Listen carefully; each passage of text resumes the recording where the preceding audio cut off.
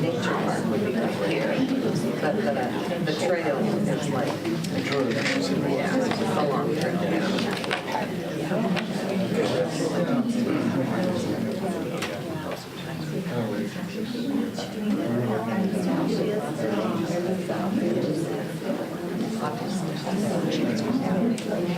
Not really. Yeah.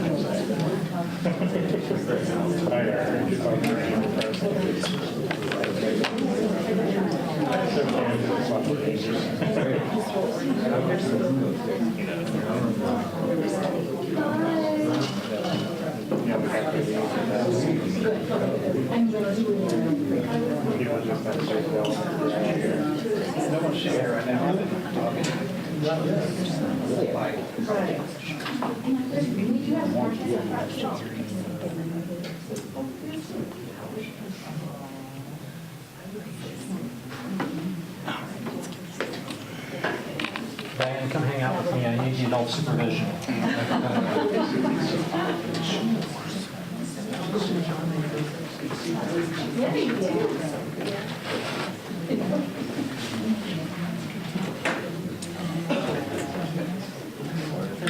You created like a one property. Good job.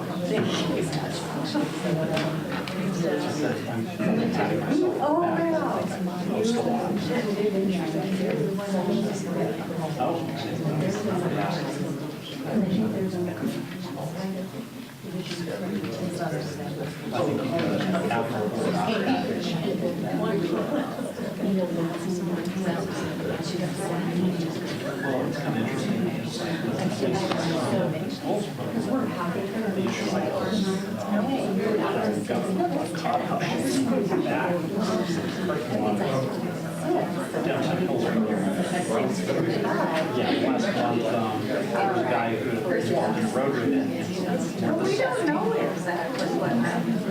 We're very bits and pieces. There's a mutual aid agreement. I can call law enforcement and I can have Wilson.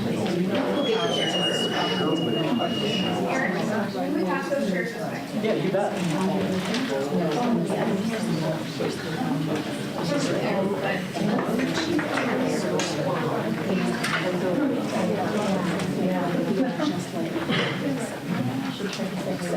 We could probably fit someone over in this corner as well.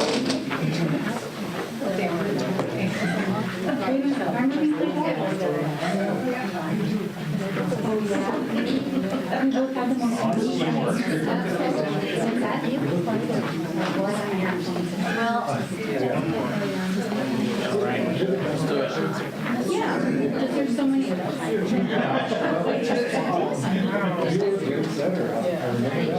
I think it's not straight.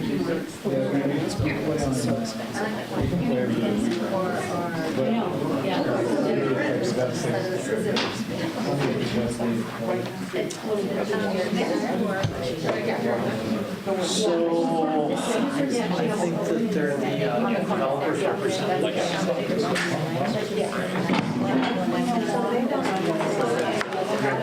It's fine, the petition put on there. Oh, yeah. Oh.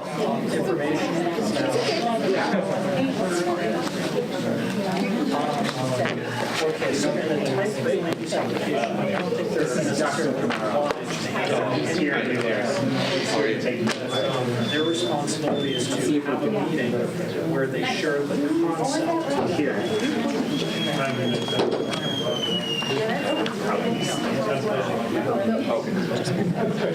This is preliminary, and I think it has been but it's unusual to have county staff people. No. Good evening. Thank you for coming to our neighborhood meeting, number 2, take 2. I just want to briefly introduce myself and then just show the proposal a little bit, let you guys know what's going on, and then we've got some materials we'd like you guys to be able to look through to understand the project a little better, and then we want to open up the last hour or so for Q&A and try and answer as many questions as we can. My name's Arn White. I'm a representative with BAM Architecture. I'm the project manager on this project. I'm also the applicant and the representative to Washington County for this project, and I'm the point of contact on all of the materials as well as any questions you guys may have. You should have my email and contact information in the letter you got. If you did not receive a letter, or you lost a letter, or you would like another contact, feel free to come up to me after, and I'd be happy to do that. I brought with me tonight Dustin, another representative from my office, is going to take meetings tonight for county. The county likes to know that we had the meeting and what we discussed, and just to have a basic understanding of what went on. I'll let you guys introduce yourselves.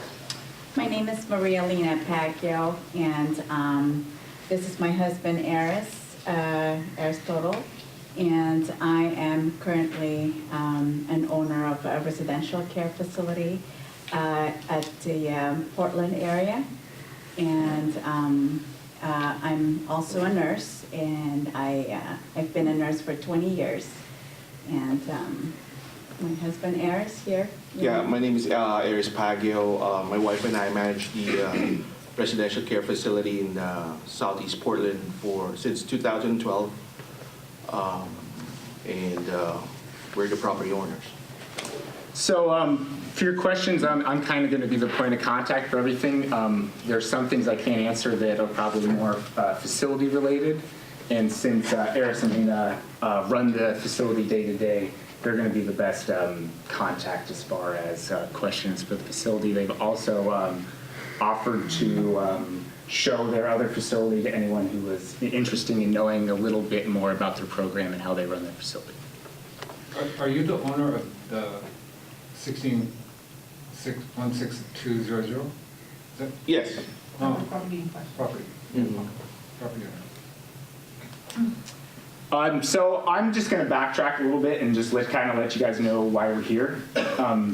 A neighborhood meeting is something we often do for proposals like this. It's more of a informative session, so we can let you guys know what's going on and then be able to answer any questions you may have, and to really take any concerns or anything you may have and kind of adjust our proposal appropriately and make sure we're putting together the best proposal for everyone in this scenario.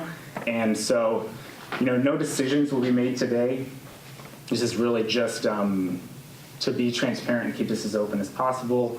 There will also be a public hearing sometime in the near future, which would be another opportunity to voice any question, not so much questions, but concerns you may have on the project, and any memos of support or negativity that you would like to bring to that is welcome. And that will be mailed to you through Washington County as well, so you will be well informed ahead of time as to when that hearing might be.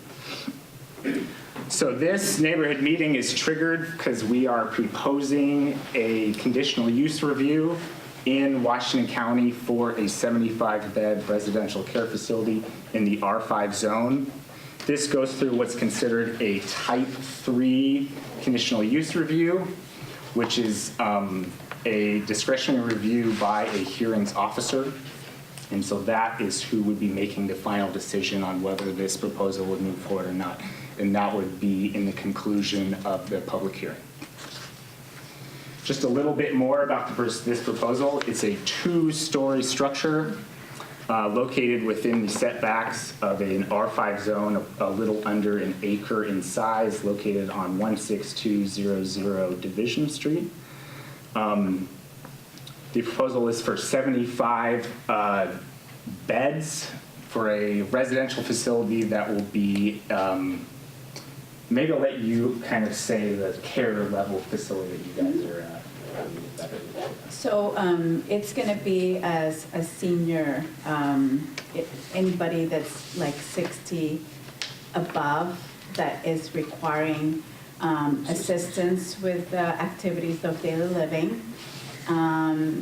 It would be like people that are needed assistance in their grooming. It can be, like help with medication management. And also for people, since, I'm going to be one of the nurses in there, it would be like for people that has some medical diagnosis, like comprehensive medical diagnosis, and people that has, problems with, neurological problem deficits like Parkinson's, people that are having some congestive heart failure, people that has extensive care and needed a higher level of care. But it can also be like for people that are just needing like medication management and just, somebody that can just prepare, for their food, and just like a place for them to live. So.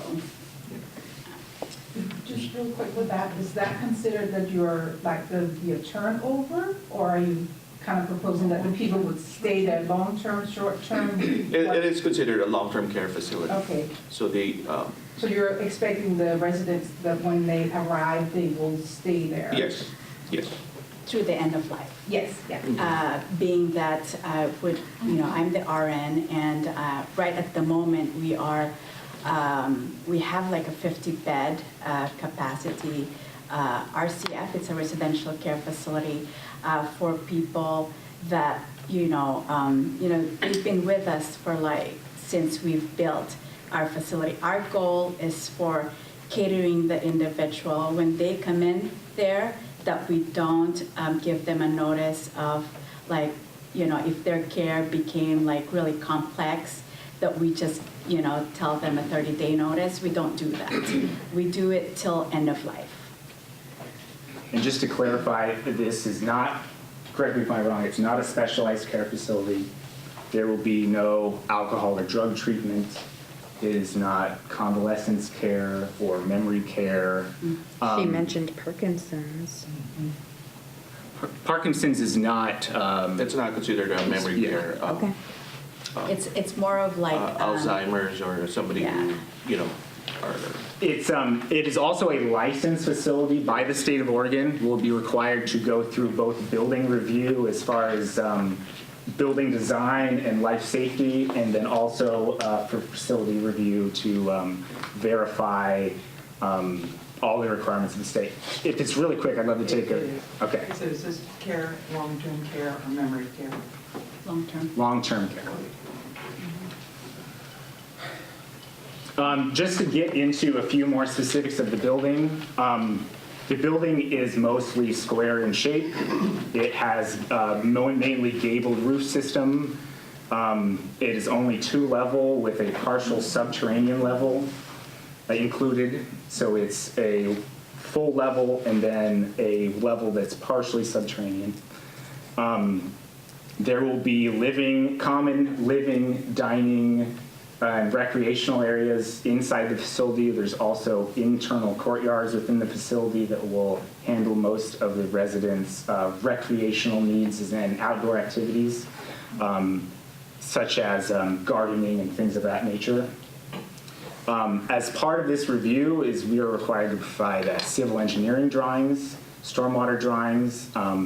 We've done a traffic study on this project, as well as other miscellaneous required documents, which will be public record as part of this submittal. And if you have any specific questions on any of those, I'd be happy to take those. Where did you do the traffic study at? Because I haven't seen anything on Division.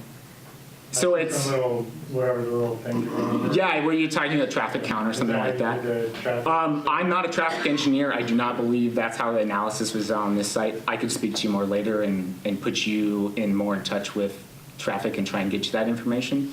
But the Washington County does require a traffic analysis for a project this size. They will do a full review of what's required for public improvements, whether that's utilities, roads, sidewalks. There is a dedication requirement as part of this proposal, which means the property owners would be required to dedicate a portion of their property to the city, which will then be a public improvement.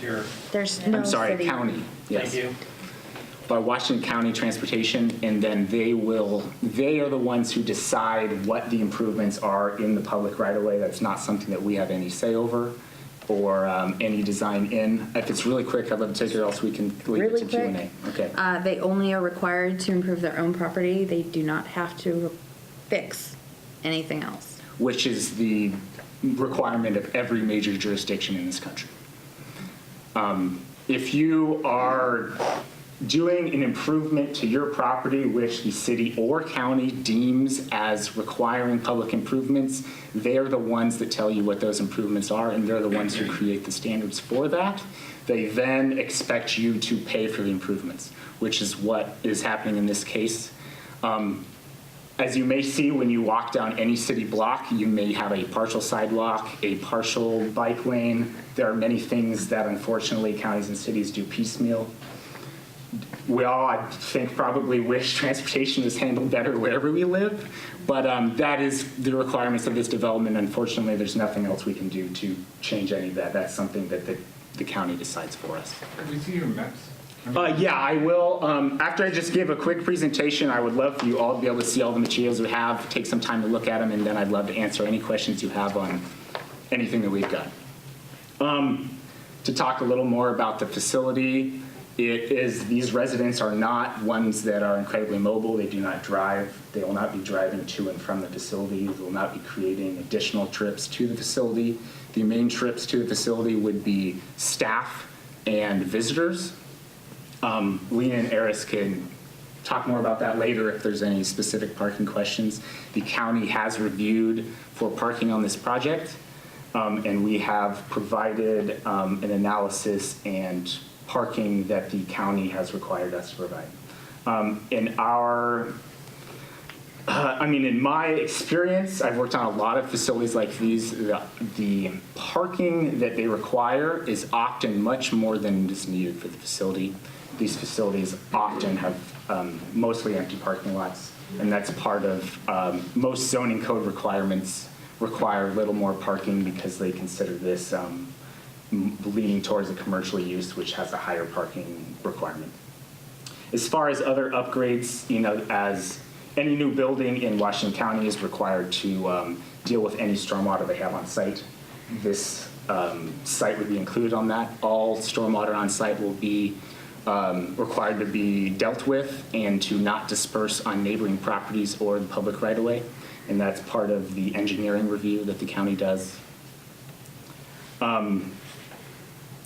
There is landscape requirements as far as buffering and screening for areas such as parking, building, other screened items such as trash enclosures and stuff like that. Those will be required to be per the county's requirements, and a landscape architect will be providing drawings for building permit as such. That mostly wraps up my presentation. I'm going to go ahead and pass out some copies of some drawings we have that are preliminary. These are subject to change, but for the most part, the design has been made and is, we're not making a bunch of changes at this point, so I wouldn't expect that there would be major design changes besides what you see now. Are you changing the zoning then? No, this is not, we are not proposing a zone change in this property. It will remain R5 as well. How could that possibly be? I'm sorry? How could you have R5 on an acre? That would be 5 residences. So the county considers the beds as units, and so that would meet the density requirements of this. I mean, they don't see it the same as they do, say, a house. You know, you wouldn't be allowed to put 75 houses on this site. I mean, obviously, you couldn't fit 75 houses, So but does the county consider this one house? considering it one house. And do we consider it a commercial business, which it is? So I'm sorry, what was your name? Marina. Marina, I had an opportunity to speak with Marina a few minutes before our meeting today, kind of about this exact same thing. And so when we are designing a building, there are two main codes that we are looking at. There is the state building code, the OSSC, and that is what would decide whether, that says that it's a commercial building and that it has to just be designed as a commercial building as far as structurally and life safety. Whereas at your local level, your jurisdiction has what's known as a zoning code. In this case, it's the Washington County Municipal Code, I believe, Development Code. And they are the ones that decide the use of the site. And so that's a place where kind of commercial can get twisted a little bit. It is considered a commercial building under building code. It is considered a residential building in a residential area. It's a subset of residential, whereas it's not a house. It's more of an institutional use. However, that is allowed as a conditional use in an R5 zone. And So if it was, a 75-bed hotel there? I did not review the code for a 75-bed hotel. I believe it would not be allowed, no. But I have not reviewed against that. I'm sorry, did that answer your question? No, but I'll look at the code. I didn't think you, I So thought you were changing. So there, the zoning code for every zone has what they call a use table, which will tell you what kind of structures you can and can't build in certain zones. And they usually fit into a few different categories: permitted, not permitted, conditional use, limited. This would fit in a conditional use category. If this was permitted outright, we wouldn't be required to go through a land use process like this. It would go straight into building permit, and they would just do it. Because it is a conditional use, that's what triggers a more extensive review, including the neighborhood meeting, land use materials, a public hearing in front of a public hearings officer, and then a decision, a public comment period after that. I might be able to answer that briefly. A type 3 special permit is the most extreme level of compliance because it involves, quote, complex development issues or which likely will have significant impact. Thank you. I think that probably said it a lot better than I could. Yeah. But it's a lot of zones have kind of in-between characteristics. Another thing you might see is a commercial zone in a mostly residential area may allow residential homes because it would fit the intent of it without necessarily being a commercial building. I'm going to go ahead and pass around these materials. I'll give you guys about 15, 20 minutes to go through them, and then I'd love to answer any questions you may Can I have. ask one more question? Please. Is this an LLC, a business, or a nonprofit? It's an LLC. Have these plans changed since last meeting? Yes. Could you give us a thumbnail on the big changes, you know, like parking spots, the addition of the ground floor, or the subterranean element, which I don't recall from last time? What are the big architectural changes in the plan since the last presentation? That's a really good question. As far as big changes, there's not very many. The parking lot design has changed to increase and to allow for the revised number of staff that will be provided at the facility. Did that revised number go up or down? I'm sorry? Did the revised number of staff go up or down? And what is that number? I would have to confirm the materials, but my understanding, I believe, is that it was up because we did raise the parking count. I would have to review the materials. As far as other changes, it's been mostly the main footprint of the building has not changed. We have more narrowed down the design, and we have more materials and information now than we did before. As far as major design changes, there have not been many. Has the fire marshal approved it yet? Yes, so as part of the initial land use submittal, this has to get service provider letters for every service that would be needed to be provided to this. We have received all of those, and they have been submitted to Washington County, and they will be a part of the public record. Did the previous owners that had lived there for many years, did they know when you bought this that you were going to do this? Yes, They did? yes. It's an investment property that, you know, when, No, they did not. Yeah, He's a friend I of mine, spoke to Steve them Anderson, too. And he can tell you what's going on. Yeah. He didn't know that. it's considered as an investment property. I'm sorry to interrupt, we would love to do Q&A after you review plans, but I want to make sure that everyone has time The to correct review answer, all the no, he did not know, materials. because he's a friend of mine, we visit each other. No, he did not know. I'm going to kind of spread these out. We have about 10 copies of each. So while we're looking at this stuff, you seem to be familiar with this stuff. Is this all a formality? We can't stop what's going on?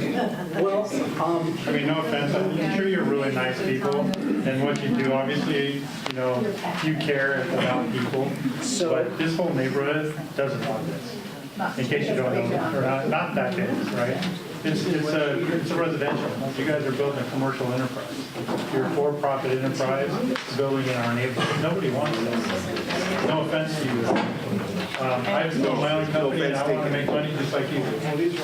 But I wouldn't do it in front of a bunch of people who don't want it. So if this is all just a formality, we got to go through.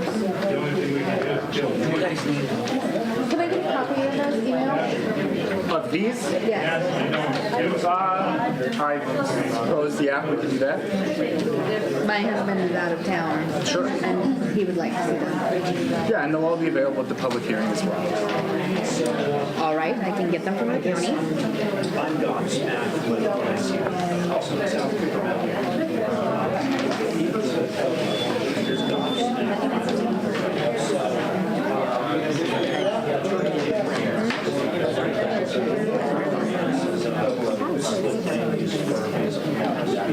We're gonna dig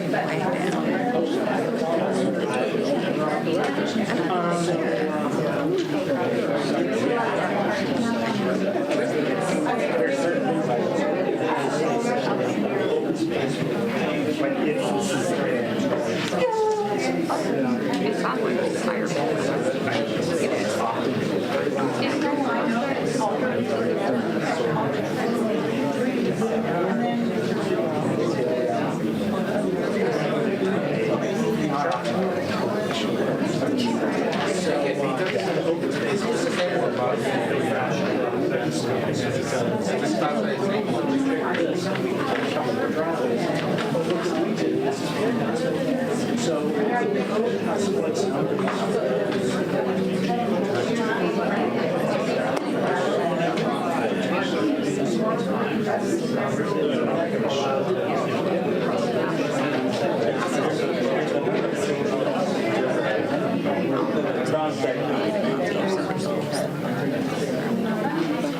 That's my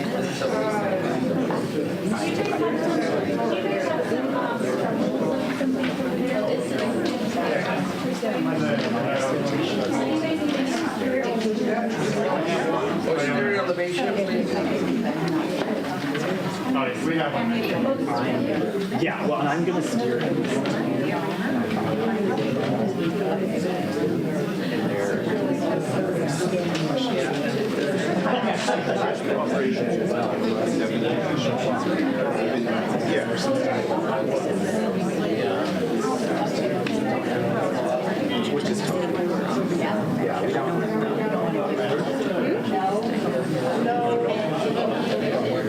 And it's... Parking on here? I'm sorry? Is there parking on here?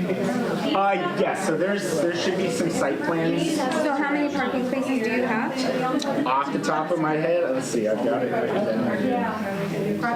Is this what you need, the parking lot? How many parking spots are there? 'Cause we don't all have the paperwork. Yeah, I mean, there should be 10 copies of everything. I'd love if they get passed around. Parking lot, can you just tell us how many? Off the top of my head, I can look here. Well, how many staff have we increased to? Because the last time you told us 5. No parking spots.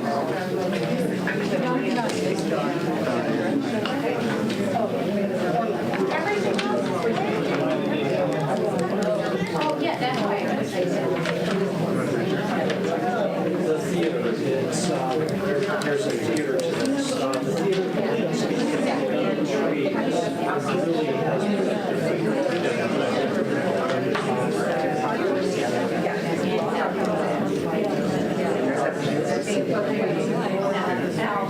Yeah, I saw that.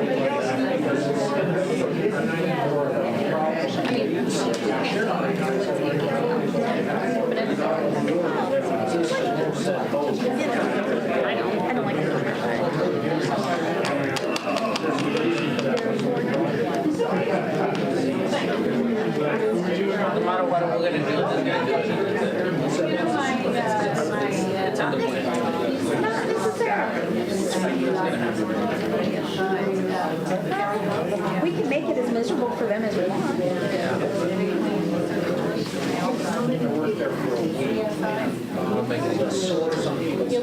So, sorry, very interesting. What's the difference between Mike's?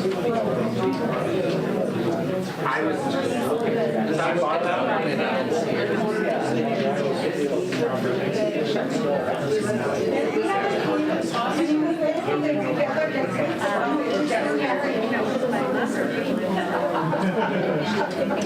Might have get some small groups going or something.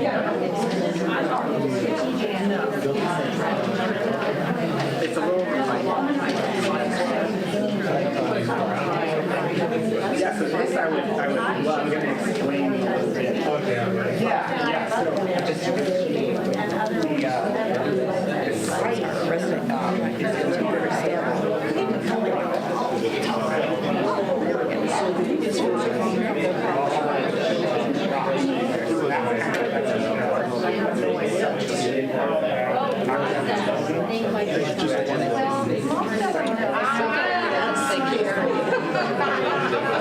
One baby hill. So there's Dick and Connie. And there's get old and dying. I can't remember. And it was going in the right direction. So this is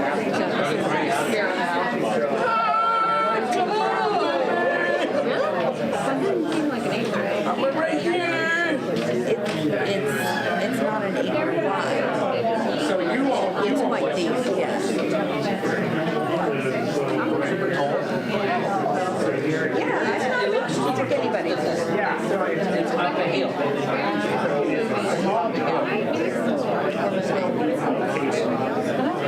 really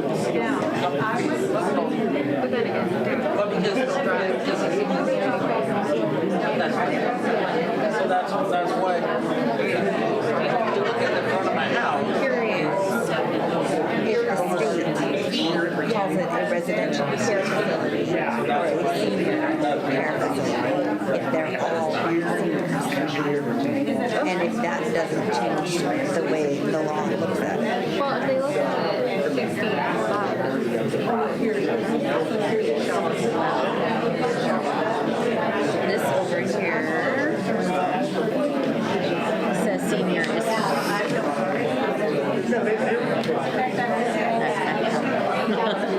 looked at it a minute ago.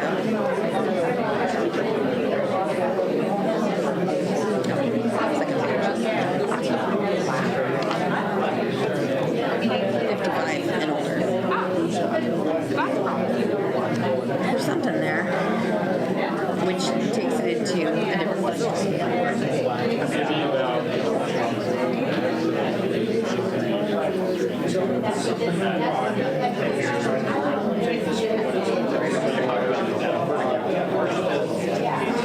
About 6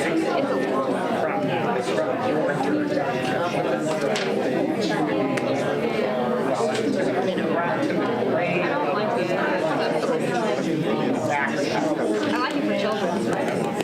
They belong from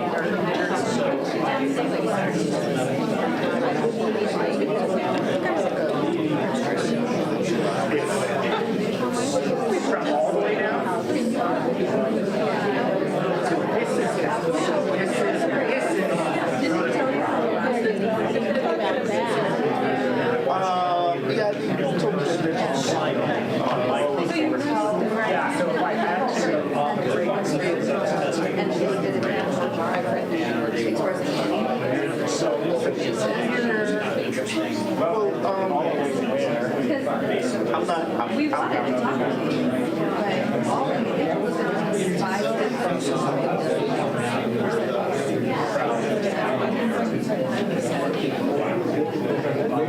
I mean, for shift, we're talking about for shift. Because it's going to be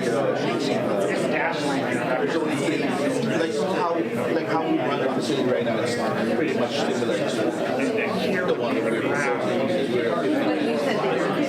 Yeah, it's going to be more like what I said. Oh, sure.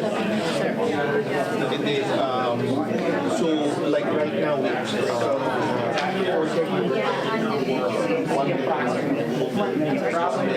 just the case on the past medication, just the and the administrator, so that's how we have it. But of course, the administrator, the nurse, it's only business hours. So we have 2 shifts for the caregivers. So we have 7 to 6 to 2, 6 a.m. to 2 p.m. and then 2 p.m.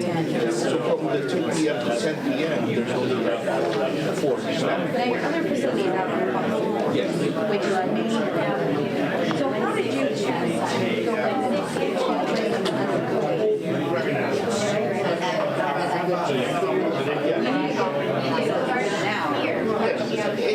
It's very close to Farmington, which is really good. Yeah, exactly. And you do know like 4 divisions and Farmington and 5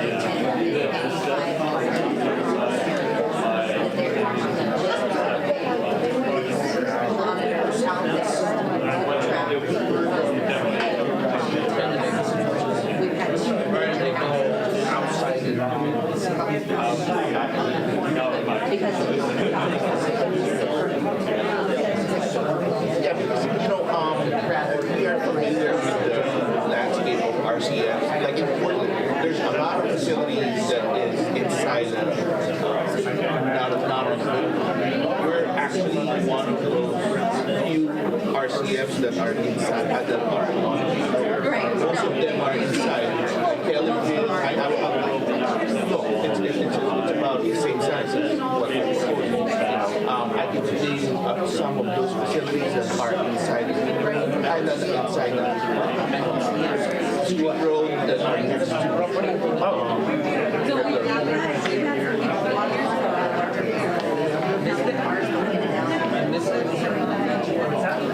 and I know you were very interested in parking. Because last time, I think there was for the amount of people who's been coming in. And you guys know that.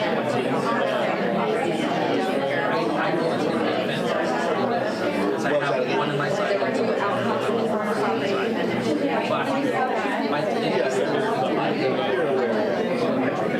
So the owner's dog.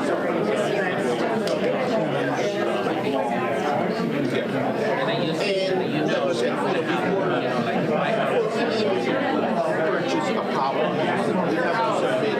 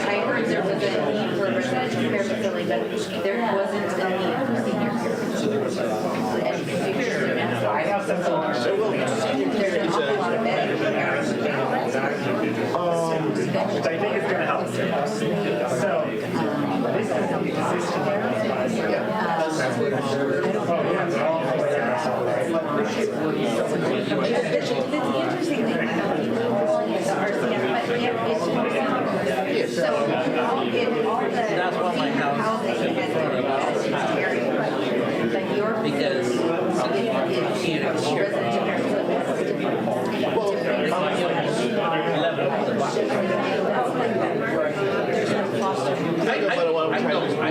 What she's trying to say is that if there, like what I said, there's the independent company that is required.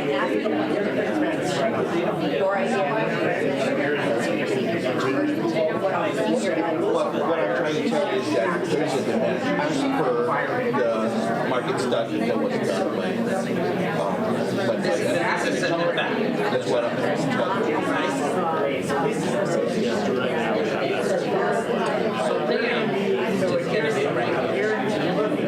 There's a lot of foster homes here, right? It's all foster.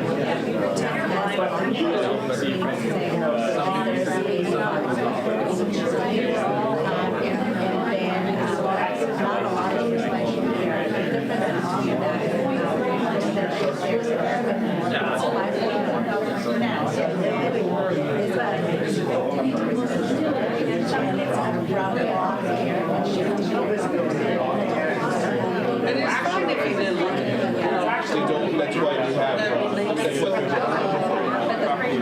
the senior housing that's out there. There's so senior housing my other people have done. I know that. So senior homes, I mean, that's our. There's all kinds of different. So what the difference?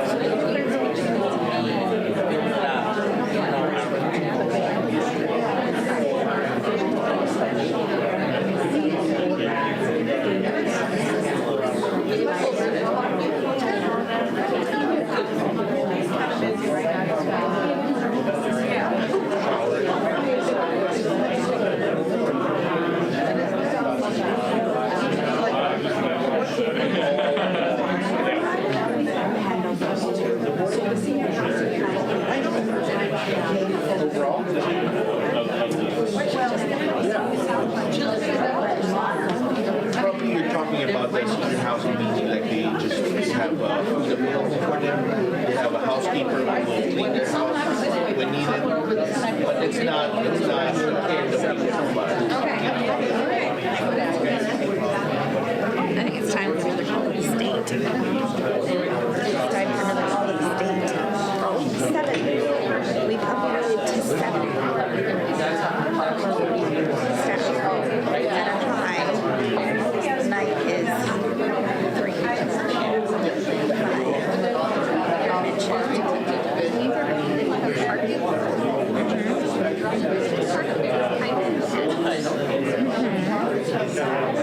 So it's congenital heart failure.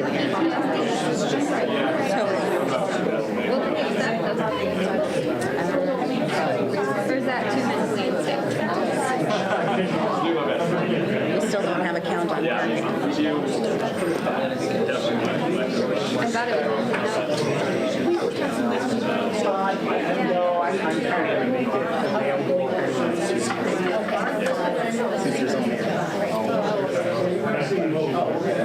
That's what we did, kind of like So if you take a couple more minutes, look at materials, and then we can start our question and answers period. Services in the city, volumetric potential and new development, which is really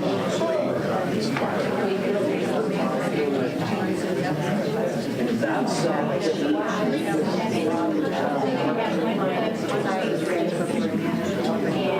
Oh, is that? There is a portion of the building, and I think there's a lot of it. I think I'm just so we have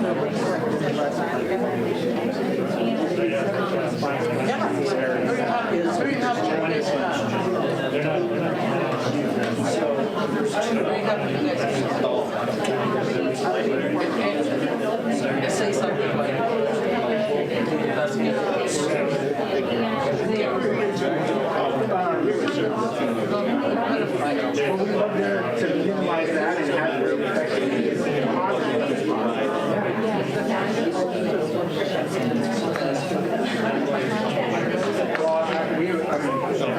don't take as much information, positive information as constructive. So we would love to hear that.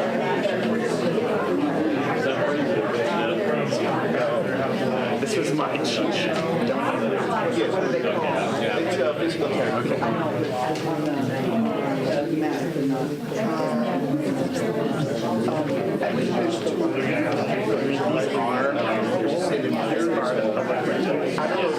They use it it's really nice stuff. That's very important. I have not memorized the parking lot. And these are not always yeah, but probably skills facility, but not on the RCF.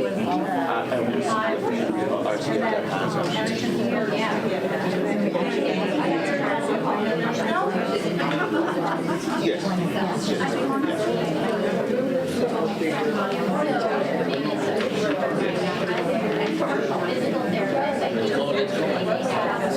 Now, we would love to open up to questions if anyone would like to start.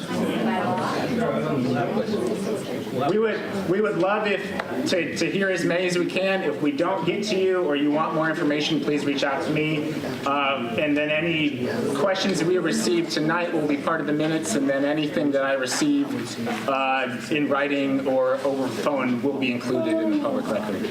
But Okay. please. My name is Carol Wickender. I live right next to the property. So I have an interest in it. Everyone here does, in the neighborhood and everything.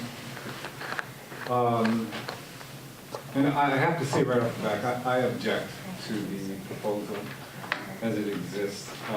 But before I raise my objection, I'd like to take a poll.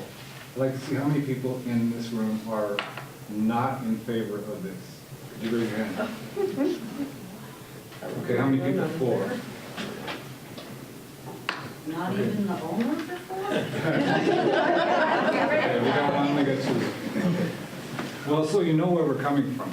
Absolutely. I mean, it's not a secret that we are generally opposed to this idea of putting a commercial business in a residential area. Okay, I'll just move on with my objection. And I'm going to read it because I wrote it down, and I'm not a great public speaker, so I'm just going to read it. Sure, and I'm sorry to interrupt, but Yeah. we would love to hear, it's really, I mean, we want to hear everything, but specifically development-related questions is really the head of the agenda tonight.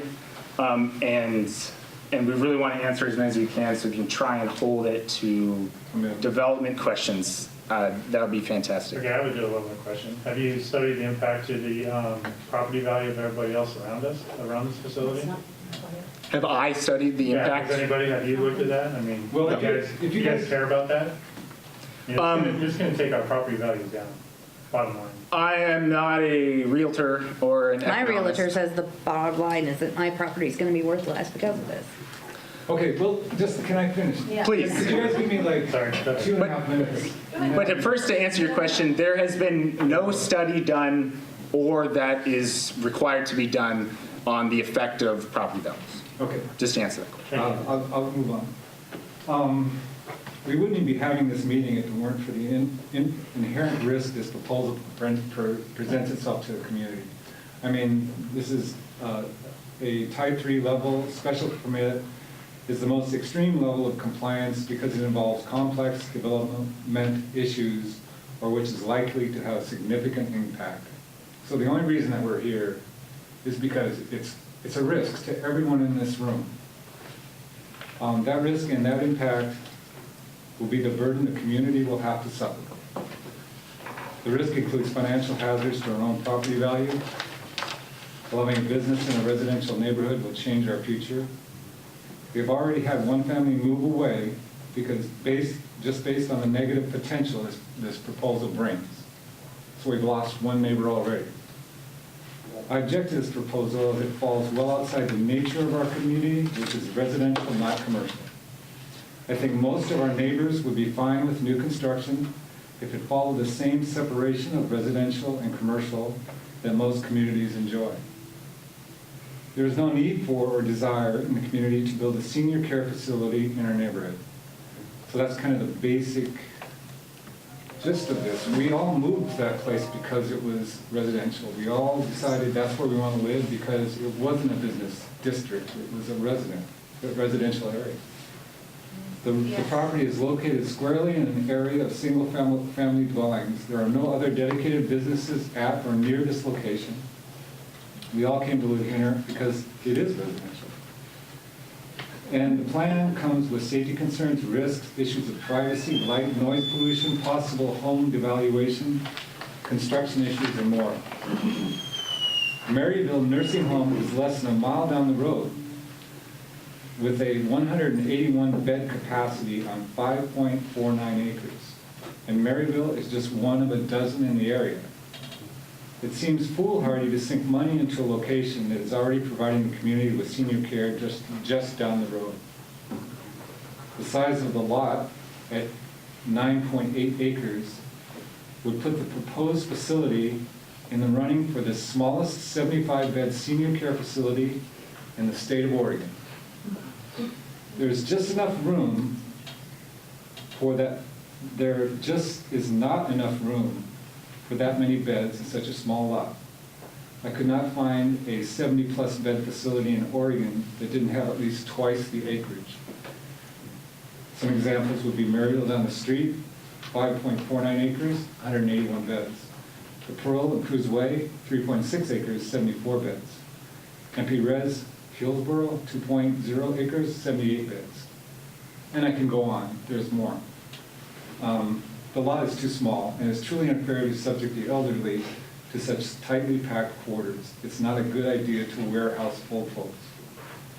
Also, this application for the proposed facility is stated as a residential treatment facility, and yet all the discussion has revolved around a dedicated use as a senior care facility, and there's a difference. If the owner decides to switch gears and use it for another purpose, what would be our remedy?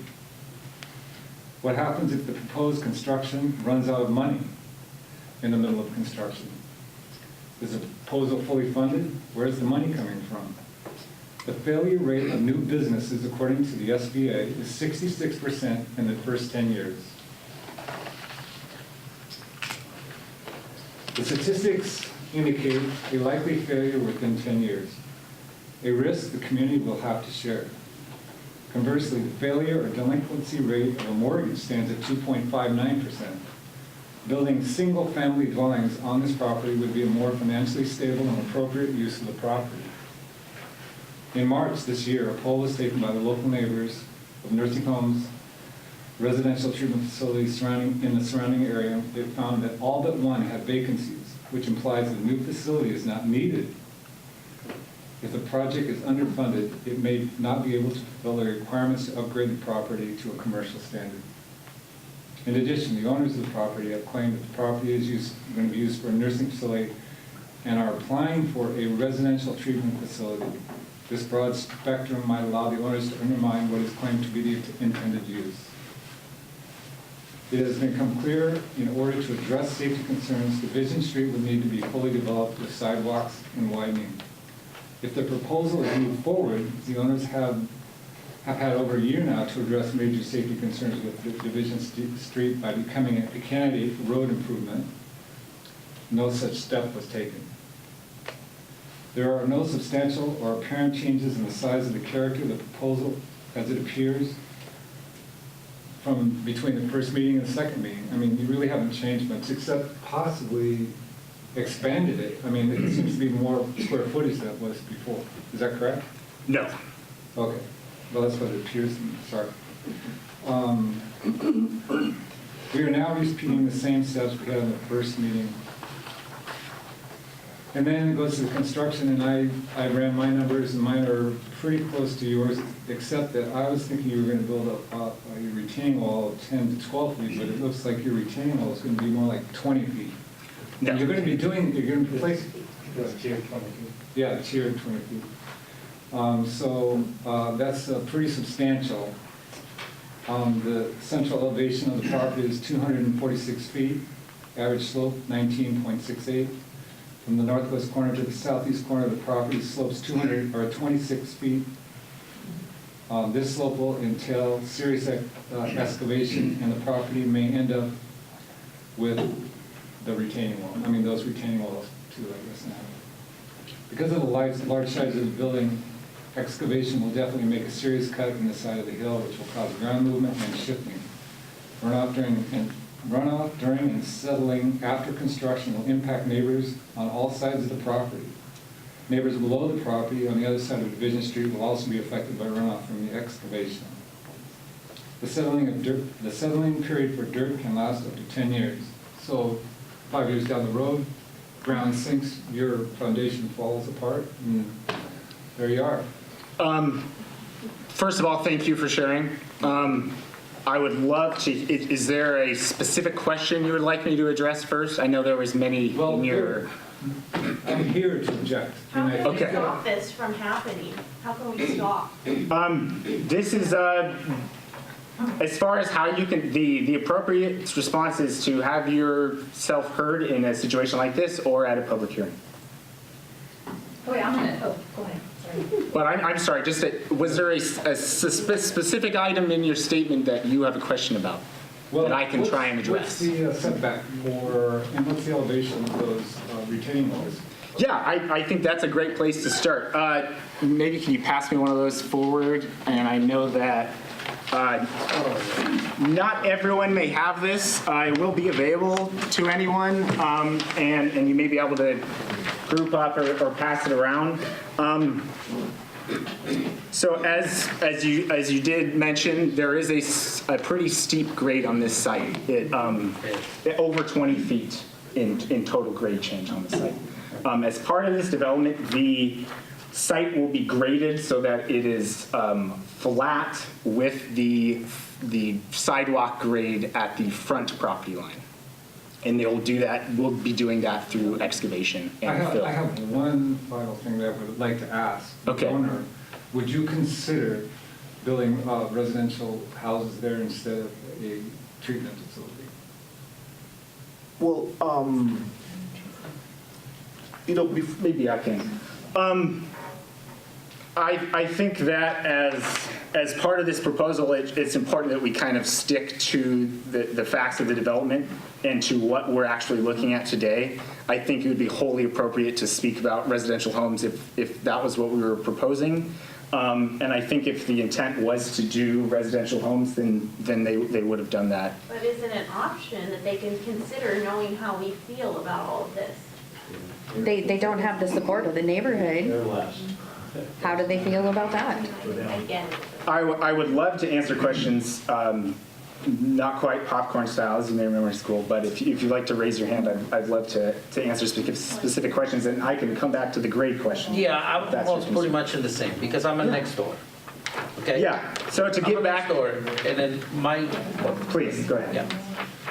My problem is gonna be like, when they started digging, to the building. Yeah. And I have my own company, and I do what I do too, construction.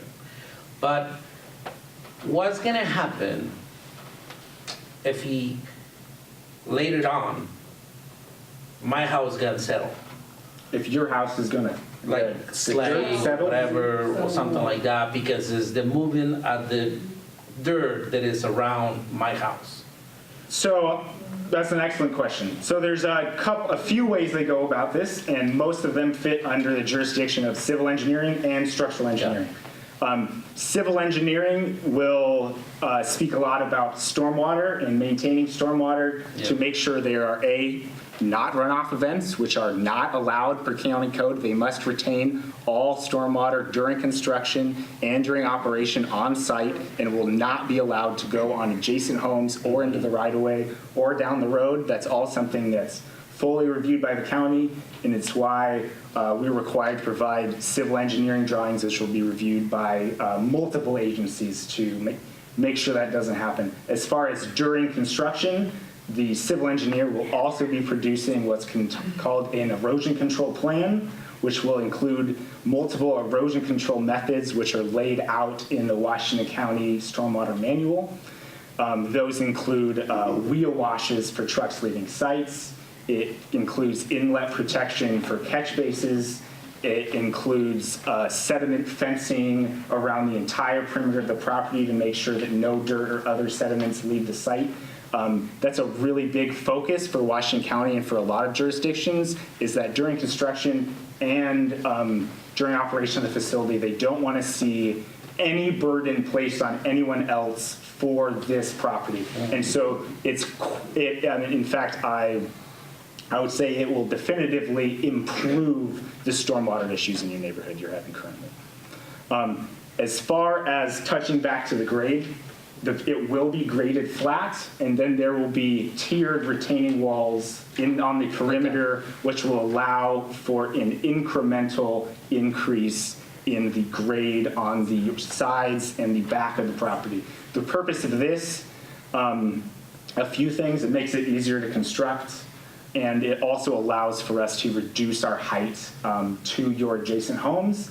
And as you may see with some of the drawings go around, many of you will not see the facility at all, and will actually see your neighbors beyond at a higher height than the facility is proposed at.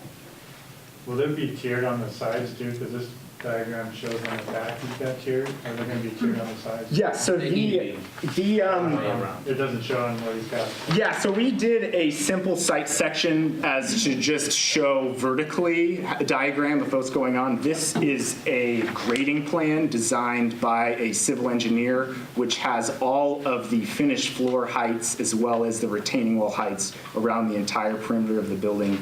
And I'd be happy to give those to anyone who's interested on heights at your property or in different locations. I'm sorry, what was your name again? Edgar. Edgar, did I answer all of your questions?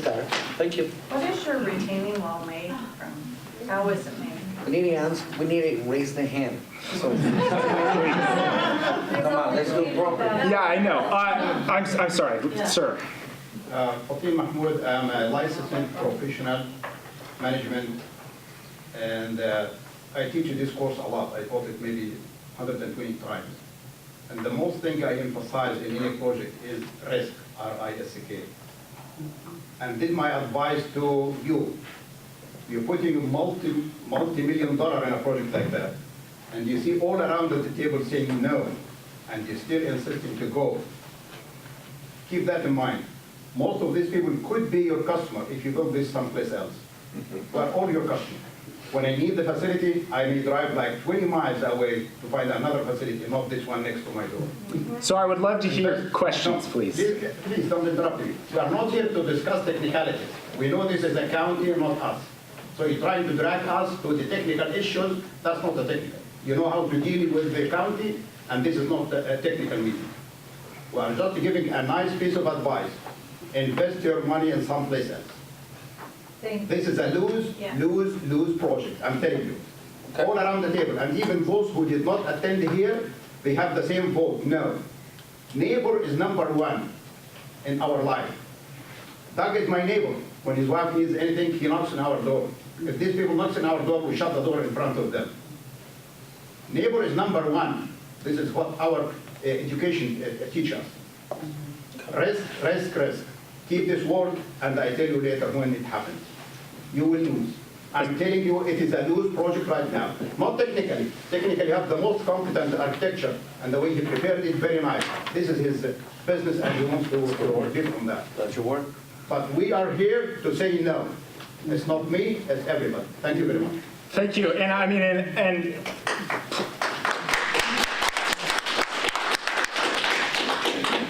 please understand that I'm by no means don't understand your guys' very strong opposition to this development. And for us, the really important thing about meetings like this, and about a lot of meetings like this that I go to, and future meetings like this, is so we can hear constructive things that you see about our proposal that you really do not like, and that we can try and address now and in the future to make these as positive projects as possible, and that that can garner some manner of support. Sir, I understand that there's probably nothing to this proposal that we can do that's gonna make you want to support it, and by all means, that's your right, and we're glad you're here to say that. But we would really love to hear some things we can do to make this better, and so that we How can. could it be better? How could it be better? Take when it you off come with Farmington. 75 people extra in this area, in a neighborhood where it's a single-family home with a lot of green area around us. How could it be It's better? beautiful right now. It is beautiful. It's beautiful right What now. is that? A whole huge building, 20 feet high in my backyard? What I'm gonna do with that? Sir, do you have a question? Downtown, if I want to. Hearthstone, which is a similar facility up on Hart, just off of Hall Boulevard. It's a 58-bed unit. On 8 different trips, random days, random times, they average 23 cars a day. You're telling me a 75-bed unit that's going to average 12 cars a day and have room for fire trucks and ambulances and stuff to go in and out? It can't happen. It won't happen. You can't do it. dark street. There's no parking on the streets, there's no sidewalks, and there's no lighting. So so as part of this development, the county is going to provide us to upgrade that right of way, which would include sidewalks. If they deem it, there would be on street parking off the site, as well as lighting that would be required for any public. You can't park on the street now. I have a developmental question. Thank you, sir. So I also am an RN, and I have worked in long-term care facilities. Okay, so one of my concerns is, where on earth are people going to park? The staffing of a 75-bed long-term care facility, you usually have 1 aide for 10 residents. So that's 7 right there. You're going to have 1 to 2 RNs. You're going to have at least 2 med aides. You're going to have a physical therapist, maybe a physical therapist assistant, a social worker, a recreation director, 4 secretaries of some type. You might have an RN, you might have an LPN. You're going to have at least 2 laundry people, 4 kitchen people, a director, and 2 housekeeping people. That's 28 people, give or take, okay? Could be a little more, could be a little less. That's the day shift, which usually goes from 7 o'clock in the morning until 3 o'clock in the afternoon. So you've got 28 people going in first thing in the morning. Then in the afternoon, the swing shift from 3 to 11 in the evening, you're going to have 17 people. So that's a total of 45 people or cars there as they're, changing their shift. Where are those cars going to park when you've only got 21 parking spaces? Then you've got an evening shift of 11 people. So at 11 o'clock, you're going to shift 17 and 11. That's 28 people. And again, you don't even have enough parking spaces for them. So where do you expect everybody to park? You would fill up Division and 160th, and all the people that live in that area wouldn't have any place to park at all. And Division isn't that wide to begin with. Then all your deliveries are going to have to be out on the street. And your ambulance that's going to come in every so often, or your transportation people, you've got 21, I figured, people. You're going to have food service, UPS, FedEx, postman, medical transport, 2 of those a day, medical transport pickups, 2 deliveries, doctors coming in once a day, 2 pharmacy deliveries, a facility bus, I would presume, and you're going to have 10 to 15% of the residents. That would be about 8 people coming to visit a day. That would be 21 people coming and going, besides the people that are actually working there, not counting an ambulance, 2 a week, a fire truck 2 a week to come to the ambulance because of a code or some other situation. You're gonna have garbage pickup and you're gonna have landscape people. I don't know, I figure you're gonna have 77 vehicles per day coming and going, total of 77. The intersection at Division and 160th, how are you gonna get in and out of there? You're gonna have a traffic light there and an increase in space. And How are you gonna do this? 165th is the other road that you bring to. I would love to address this really quickly, though. Okay, well, I'm trying to talk to the same thing, and this would all be on a lot that would be the smallest 75 care facility in Oregon. Let me just talk about the parking really quick. I certainly appreciate your concern. It was a concern that was raised at the previous meeting, and traffic on your street is important to know about and to deal with. This does get reviewed after a traffic analysis, and we have provided parking that meets the Washington Code requirements. As far as my understanding of how many people are going to be there on one shift, I'm not someone to speak with that, but I'm hoping possibly Alina or Eris could let us know about kind of their staffing expectations and the impact on traffic. And then one other thing I want to mention is that as part of this proposal, the ownership is going to provide free TriMet tickets to all their staff to encourage use of public transportation. Please. So right now we're managing a 50-bed facility. It's a 50. We are managing a 50-bed facility in Southeast Portland, and we have 9 parking spots. And we've been managing the business since 2012. We have 0 deficiencies. When we had our survey, 3 surveys every 2 years, the state would come to our facility, visit our facility, stay there, check everything, and that wasn't even brought up. Is your existing facility in a commercial area or residential? It's on Foster. Yes, it's No, there's not on street. Is it in a commercial area or not? I would love to answer that question. It is, there's a portion of the facility that fronts a commercial road. There's a portion of the facility that fronts a residential road. There's a residence behind the facility, I believe, multiple residences behind the facility, as well as a commercial building adjacent to the facility. But it is a portion of the building that is on Foster, I would consider a commercial area, whereas the majority portion of the building is located on a residential area. What's the name of the facility? Senior Haven. Senior Haven. So it's also on half the size Senior Haven. it's on also half the size of the lot. Their facility is on a 0.41 acre, and the building is about 6,000 square feet, and this building's how big? No, it's not 6,000 square feet. It's a 50-bed facility. You got that wrong. It's a 21. The way it looks like it was It's a 22,000 square feet. The lot? No, the building. Building. So it's a 47-bed facility. So it's on less than half of the lot, Yeah. it sounds like, and it's more than half of the size with less than half of the parking they were proposing. And they, as they stated, get reviewed every year and have had no issues so far on But that. people at your other facility, do they park on the street on the commercial side? Well, Your workers? most of my staff are using TriMet.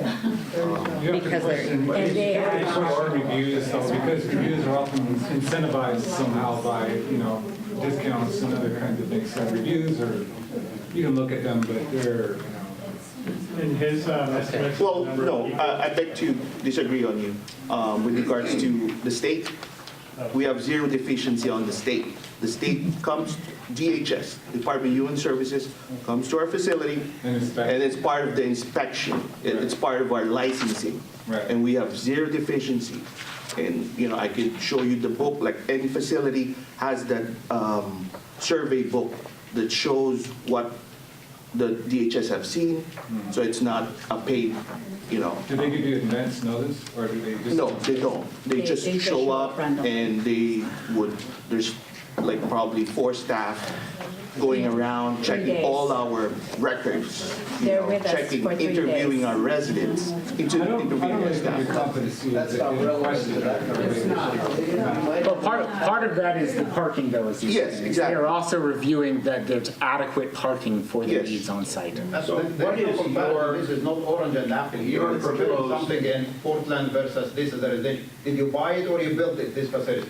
Did you buy it as is or you? No, I bought the lot and we built it. Built from That's different, yeah. This is not comparative. No, it's the This same. is, they built a site in a similar area, not the same area. Sir, Yeah, I know. Yes. Foster Road off of Foster, you and I both know it's a very depressed area. It is southeast Portland, as southeast Portland as gets. It's Foster Road. I lived there. We were poor. We didn't have any money. Don't tell me that you're comparing. That's completely. I'm sorry, ma'am, I wasn't comparing the economics Yes, of the you did. neighborhood. No, I'm not. I'm comparing the compatibility of very the busy street. nature of the compatibility of very the area. busy street. Ma'am, in the back, I'm sorry. I'd just like to ask you to be respectful of everyone that is here and be honest with us. And also, don't be naive to think that you can force us to put a round peg into a square hole, because that's what you're doing. Smoke and mirrors won't change our minds, and switching bait's not going to change our mind.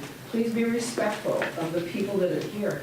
And this is, we all live in this neighborhood. We don't You don't live in the visit it neighborhood. or work in right. it. Exactly. You We don't don't visit- experience it the You way know, we did. I don't think you would live next door to this facility. Ma'am, I apologize if you felt any disrespect coming from me. That certainly was not, certainly was not my intent. He wanted to finish about the staffing, his question about staffing. what is your proposed staffing for this? I have a feeling that you disagreed with what my Yes. projection was. So Definitely. what is your projection? So we're projecting about 1:14.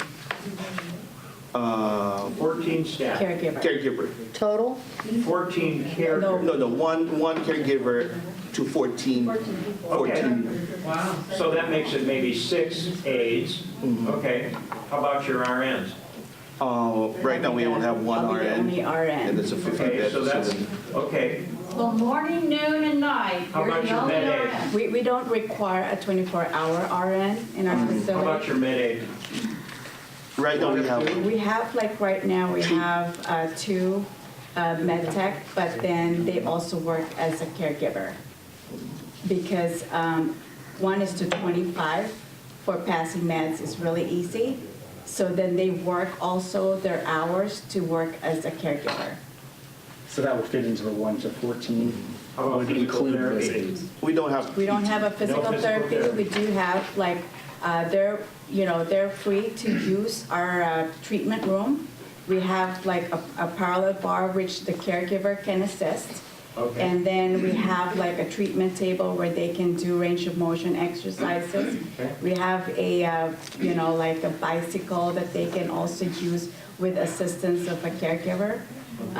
So we don't require physical therapists, and we're not, we don't have like that resources to pay another Okay. physical therapist. Social worker? we don't. We don't no social require a worker. social worker, and No recreational director? we have an activity coordinator, yes. Okay. We only have one person. We are allowed to at least have 3 hours. at least 3 hours of activity in a day. But then, we're doing more for our elderly people because we have people that are bedbound, which Right. we have like a time for them to, have a visit for those people that are not able to come to the activity How area. about secretarial? We do have like one person that takes care of the office. We call them as like an office manager. Okay, and they'd be the receptionist as well? Yes. And, okay, and laundry? We don't, You send it out? no, actually, our caregivers are doing the laundry too. We separate the task per, And kitchen? we have one cook, But this is for And then- 48 people. This is And we have a 75. kitchen aide as And- well. yeah, You're still thinking you could do one cook? yes. I think And that's how that's many feasible. kitchen aides?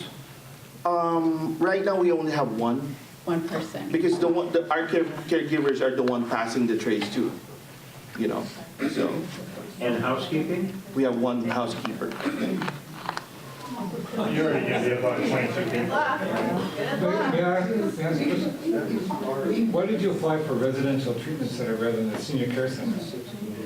I don't know what a treatment center is, but we And I'm have sorry, a residential care And it's, facility. when you say That's submit, I counted Applied. 19. 19. And That's in their existing.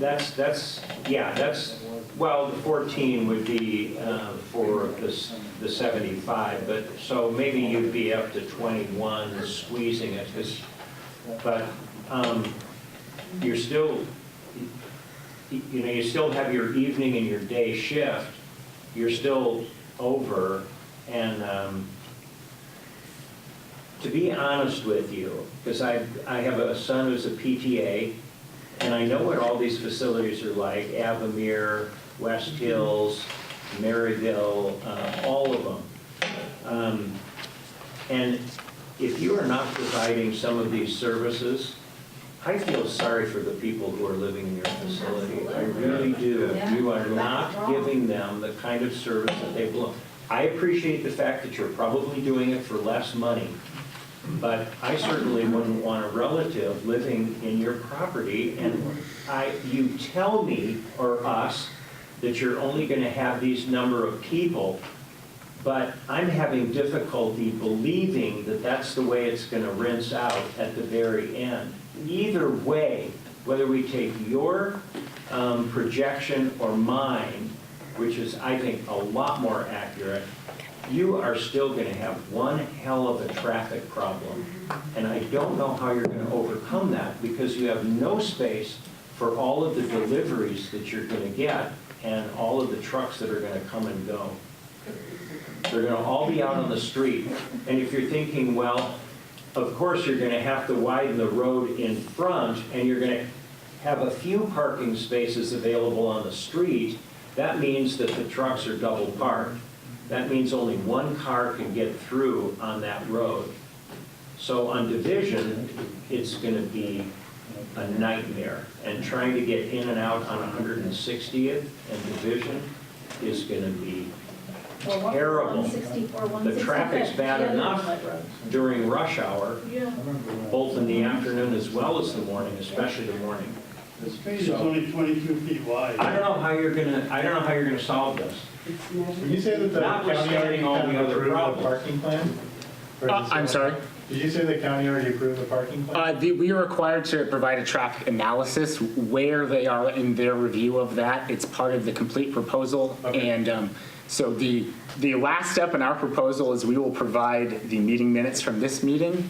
The county will then deem the application complete or not complete, in which they will provide their recommendation to a hearings officer, and then a public hearing will be scheduled after a So notice. if they come back, the traffic study comes back and says, sorry, 22 is not enough, and you have to revamp the whole plan?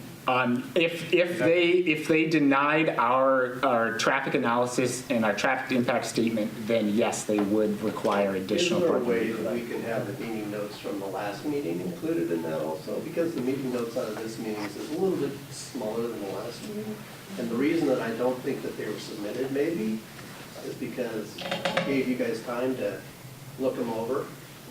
So can we also include those? I'm sorry, I don't think I'm understanding the question So correctly. there were a bunch of meeting notes. We had this meeting already. Yes, And there were a lot of meeting notes there. correct. Could we also submit those? Yes, and they were submitted. Oh, okay. Just late. I was under the understanding that the meeting notes were not. They were submitted for the previous meeting, and they will be submitted for this meeting. And both of those will be part of the public record. Yes, ma'am. So when you were talking about and I can't remember what you said, you're not a professional when it comes to or you don't know how traffic studies are conducted. I'm not a traffic engineer, no. Right.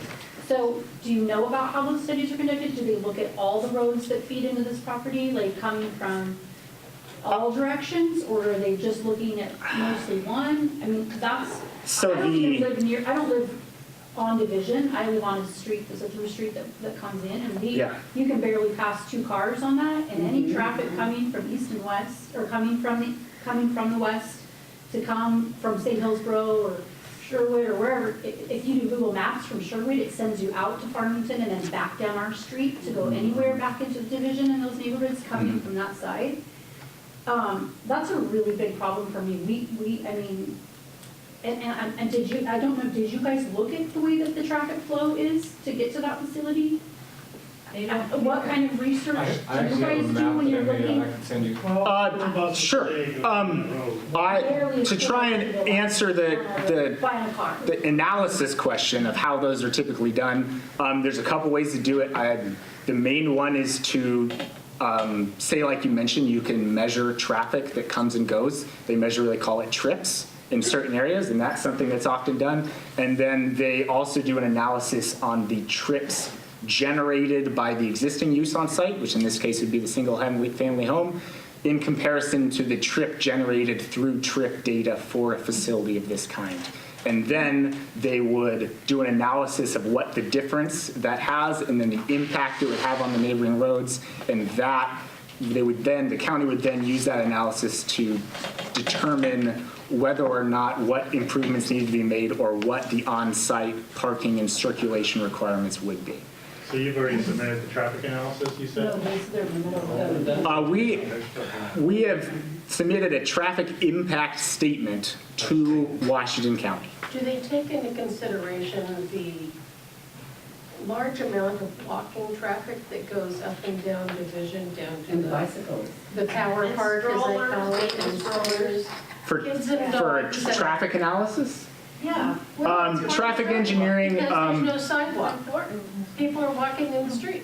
I understand that. I can't speak to how Washington County evaluates their own transportation system. I can tell you that traffic engineering analysis does not include pedestrian. Maybe we need to invite Washington County here, for the meeting. They won't get involved until after these meeting minutes are turned in and it's a complete package. Then they will be involved. There will be a hearings We're officer, gonna be on top of the game with them, so. and we will turn in That's fine. everything. Can I ask a question? Yes, please. So how can we, that we're all against this, who do we email? Who do we write to? Who do we send letters to? Sure. I would be there. The reviewer on this project is Ryan Mark Quart at Washington County. He's Ryan Mark Quart. MarQuardt. And he has been reviewing this proposal. You can feel free to reach out to him or anyone else who's Can at. you speak Spanish too? Do I? No, him. Him? Yeah. He might. Okay. I'm sure someone there All right, does. boss. Did you say that last name again? Marquardt, MarQuardt. He will be the person reviewing our initial package. It will then go to a separate hearings officer. That hearings officer would be able to hear any other comments, opposition, anything that you may have. Anything that's part of this official process will be included in the package he gets. You're all more than welcome to come to the public hearing, present any items you'd like, any evidence, any testimony. The opportunity will be available. It can all be submitted ahead of time to the hearings officer Absolutely. too. And anything you send to me in writing will be included in the package as well. The hearings officer, is that this one? I'm raising my hand. Can I speak? Yes, ma'am. Okay, so there's two things I want to clarify. I just spent 20 years in the human services field, and DHS's evaluation has nothing to do with the feasibility of this project going on in that 1 acre. And then the other thing is that, no offense to the owners, but I truly believe, and my house is immediately south, so we're next door to each other, we're going to be extremely impacted. And I think that you have magical thinking going on, that that's going to work. 75 beds, and I would say even 58 beds. So if you dumb it down to 58, I don't think that helps us. So. Eric Lena, could you speak a little bit as to how DHS talks about how many beds are allowed in a certain facility, or do they have an approval process for? Yes, there's an approval. Whenever you submit an application to get an RCF license, DHS require a market study done by a independent company that they certify. So they're the one who will do a market study if there's a demand for senior care in the area. And that study is submitted to DHS, and DHS will review it and say that, okay, there's a demand, and so you have to go through the process now of applying for But that's a different building. from the evaluation you get for your facility out on Foster. So It's the same. to even open a facility and to get your license, they require a Yes, they study require that a study. states that there is a That's a need. feasibility study. I'm sorry, ma'am, I'm trying to get to it. When you initially build your building and you get your first license, you're required to have this study which says this neighborhood and this site needs this many beds, and we are going to allow you to do it. That has to happen before anything else. Has that Before happened? building? Before anything else. Before anything else. Here, have you guys taken a feasibility study and noticed that there are like a dozen senior care facilities? in there? Well, that's part of the study. That's part of the I know, market but did you study. guys, No, That's part of the study. I don't do the study. That's why we have an independent company that handles market study for all facilities, like long-term care facilities. And these are accredited by DHS. It's not just any, small Joe, it has to be. Done the study, yeah, this area will support. Yes, exactly. I would So like just to clarify, that there has been already completed Yes. an independent study that has stated that at this site, there is a need for this Before level you of care. before you even go through the design phase, because that design phase, you have to get that approval, and DHS has to approve it before we even start anything. I can't speak to that. It's not part of what Washington County looks at. So it's not part of the Washington County Isn't that kind submittal. of important whether it's actually feasible to have one there and be successful? Washington County for development review and for building permit review does not look at things like need for beds in an area. That's not part of Why the they review. need it. Do a public records request from DHS. It is, but to have a licensed facility in the state of Oregon, you are required to prove that there is a need for that many beds. And that will be included in the licensing for this project. In fact, I'll the reach out study's to my already been done. contact, Carol, at the state. I'm sorry, sir? I'd like to point out to the owners that the bus stops are down on 160th and Farmington, going east and west. And 160. I'd like them to go down there tonight, be a good night, typical night in Oregon. They can walk up 160th, which has no sidewalks and no lighting, and walk down Division, which has no lighting and no sidewalks. And get a feel for what their employees are gonna have to do if they think they're gonna be able to commute by bus.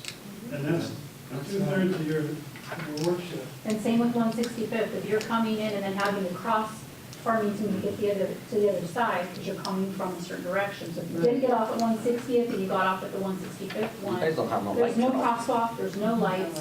We've had people, at crosswalks where there are lights. And a truck parking all the time right there in front of the house. Yes, ma'am. Well, I just like to make the comment that I think East Division might be a better location, but I would like to know how the 24-hour lighting will be handled for the people that live right next door. And I'm sorry, could you clarify are you talking about lighting in the parking area, on the building, inside the building? Sure. I can answer most of this. A photometrics plan is required for this project, a photometrics plan will be required to measure lighting levels. This will conclude inside the facility and the parking area. All lighting in the parking area will be approved by Washington County so that it is downward in focus and will not go onto neighboring properties, i.e. light pollution. As far as lighting inside of the facility, a vast majority of the exterior windows will not be visible from neighboring properties except at the front of the Allen Street side. And so the effect of illumination from the side and rear of the building will be negligible. I'm sorry, did I Was there anything else that I can help answer in that? I Yes. actually sent you these 3 questions, and you Are you haven't Fran? answered any of them. Yes. Yes, actually, I have your letter right here. Is there anything else on there that I can help test you? How will you be baffling sound? And I know at their last meeting, you said they would be absolutely silent residents, but I don't quite believe that. And I would like to know how we will handle sound. Because you're taking away the I'm gonna have to trees make my that body- also help to buffer sound.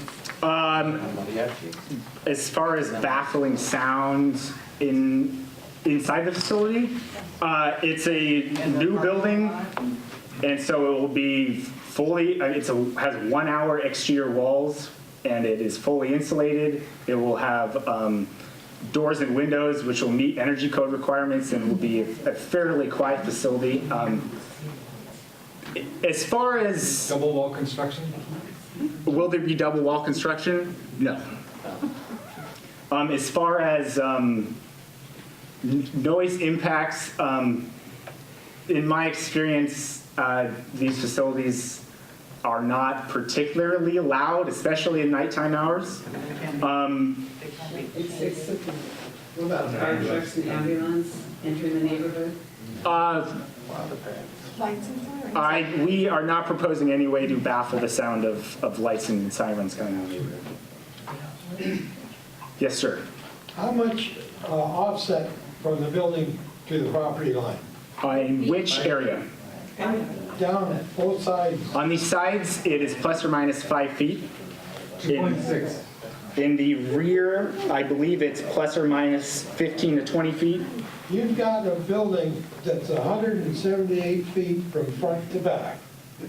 It's accessible 3 ways, down the left side, the right side, or through the front door. If the back catches fire, the fire trucks come down Division and they turn into your 32-foot driveway, fill up your parking lot.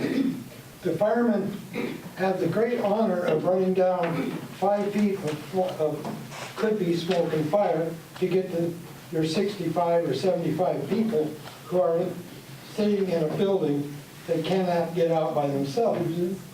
The Beaverton sends a fire truck with every ambulance, so there'll be ambulances there.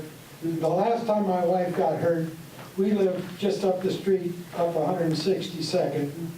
We got the new hook and ladder truck to help the ambulance people. That hook and ladder truck was more of a mess than whatever help they tried to give. Sure. And as I can't see where 5 feet up each side is going to give the firemen any chance. They might even go through the front door. I cannot speak directly to fire rescue operations or how they're typically run, but I can tell you that this site plan has been viewed, approved, and looked at by the appropriate fire marshal's office, that it does have adequate fire safety provisions for... Sorry, which fire department you go? I can't tell, off the top of my head, I don't know this. I'm assuming it's whatever was in this building right here. Tualatin Valley Fire Tualatin, Rescue is the jurisdiction. TVFR is, and... Which one? TVFR. Tualatin Valley Fire and Rescue is the jurisdiction for this applicant and the location. And so they have, we submitted what's called a service provider letter to them, which includes our site plan, and they review it for fire access. They then, under building permit review, would do a much more in-depth fire review by a specific fire reviewer who would also review the Oregon Fire Code when it comes to safety in this building, and everything would be up to code. And yes, please. So I understand that you're sitting here spouting about how everything's up to code and everything's been approved. But what about doing what's right for the people? And I'm not talking about the neighbors. I'm talking about the people that are going to be living in this facility. You've got, only 5 foot of space to evacuate on the sides because that's the only place that's accessible. And the smallest facility in the state of Oregon, what about doing something that's right for them? Sorry, did you have a question? yes, the question is, why aren't we doing something for the people that are living there? Why aren't we making this a facility that people in this room, my aged parents, want to live in instead of protest? Yeah, I certainly, A 10-foot setback instead of 5. Is that what you're thinking? I mean, no. in well, those that's, terms, see, thank you. I would love to hear more ideas of how this facility could better cater to that. I know we suggested a smaller facility at the last meeting, something that, took care of and gave room for our seniors to live in. Could I jump in and add some specificity to that? I've got a couple questions. Okay. So, did the architectural planning plan for a non-ambulatory evacuation of the building? So 32 years ago, I was licensed as a nursing assistant, and I had to still have my gate belt from lifting people. What I'm hearing from Elizabeth and this gentleman is that like a non-ambulatory evacuation with a 5-foot setback is problematic. So if you've got somebody who need to evacuate the facility from fire, flood, whatever, and they're in a bed, and you've got limited numbers of staff, a 5-foot setback probably means a 3-foot sidewalk, and how are you going to get a bed out, I think is the appropriate question. The livability issue, that's not their job to answer, but for a wheelchair and a fence, that's an appropriate question. So if you want to tackle that and circle back, I've got a few questions. Absolutely. Like I said, I off the top of my head, I couldn't tell you what clearance a bed of that size needs to get around a building for a fireman. I can tell you that I know it's going to sound like I'm saying or spewing the same thing, but it will all be reviewed by the appropriate fire code expert who would be able to say, can this facility safely get these folks out of this building in the worst case scenario? And if you were the hearings officer, you wouldn't have to roll your eyes at a question like that, because that's a pretty straightforward, good question. It is a good question. I've got a few if you'd entertain them. Please. One of my concerns is that I've gotten a couple phone calls about the meeting minutes for the last meeting. So yes or no, were the meeting minutes submitted in a timely manner to Washington County for the last meeting? Were they submitted on a timely manner? So I've heard that they were submitted, but I've heard they were submitted late. Yes or no, were they submitted on time? No, they were not. Okay, thank you. They were submitted the next day. Okay, I have a comment, and that is this community of Aloha voted to become a city in the 1980s. Our neighboring cities, Beaverton and Hillsborough, had a Senate bill that allowed them to veto that. The reason why I think we're here tonight is that we have a much more liberal code that allows for buildings like this that might occur in this situation. And if our neighbors let us, we would probably have a more stringent code like they do. So your clients have a gift, even have this as a remote possibility, as a project. Is that address Beaverton or Aloha? I'll talk with you offline. I'm gonna get through my questions for the sake. You can circle back with me offline. So this is a hardball question, but it's fair. Please. Hypothetically, if the neighbors in the room came together and they did their own traffic study, and it was cross and counter to your traffic study. For example, it said that the neighborhood road capacity could not handle more than a 60-bed facility or a 50-bed facility. Are you prepared to downsize the facility if an independent traffic study usurped and trumped your presented traffic study? So yes or no, are you prepared to downsize in light of that circumstance? We'd be prepared to listen to any new information. That's not a decision for me to make. Right, well, the applicant's here, so I guess it would be your question. But just really quickly before I jump in, a traffic study on its own is independent. It's not supposed to or doesn't lean either way. In fact, that would violate the seal of a traffic engineer to do that. They have to be independent. And so I first would be very, very concerned if your traffic study did not say exactly what ours did. In fact, I would probably fire our engineer and never use them again. Can I ask one thing about the traffic study? Please. So when that traffic study is done, did you have to give them information such as it's going to be a 75-bed facility and our staff were looking at about 14 people? Correct. And that kind of thing versus what we truly think the staffing could be of 20-some or like this gentleman was talking about? Because that would skew the study.